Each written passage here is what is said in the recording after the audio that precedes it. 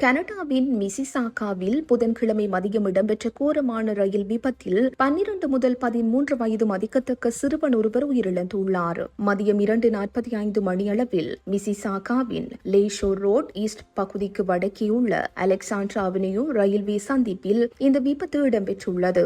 மேற்கு நோக்கி சென்று கொண்டிருந்த ரயில் அந்த சிறுவன் மீது மோதியது. சம்பவ இடத்திற்கு விரைந்த மீட்பு படையினர் சிறுவன் உயிரிழந்ததை உறுதி செய்தனர். விபத்து நடப்பதற்கு முன்னதாக அந்த சிறுவனும் மற்றொரு சிறுவனும் ஒரு மோட்டார் சைக்கிளில் அந்த பகுதியில் சுற்றித் திரிந்துள்ளனர். அப்போது பெரியவர்கள் யாரும் அவர்களுடன் இல்லை. விபத்து நடந்த போது அங்குள்ள ரயில்வே சிக்னல்கள் சரியாக செயல்பட்டன. எச்சரிக்கை ஒலி எழுப்பப்பட்டு தடுப்பு கம்பிகளும் இறக்கப்பட்டிருந்தன. ஆனால் அந்த சிறுவன் அந்த தடையை தாண்டி செல்ல முயன்ற போது ரயில் மோதியதாக தெரிகிறது என்று போலீசார் தெரிவித்துள்ளனர். இது ஒரு மிக மோசமான சூழல். சிறுவர்கள் விளையாடச் செல்லும் போது ரயில்வே சந்திப்புகளில் எவ்வளவு கவனமாக இருக்க வேண்டும் என்பதற்கு இது ஒரு கசப்பான பாடம் என்று வருத்தத்துடன் குறிப்பிட்டுள்ளனர். இந்த விபத்து காரணமாக லேஷோர் வெஸ்ட் மற்றும் ஈஸ்ட் வழித்தடங்களில் ரயில் போக்குவரத்து பல மணி நேரம் பாதிக்கப்பட்டது.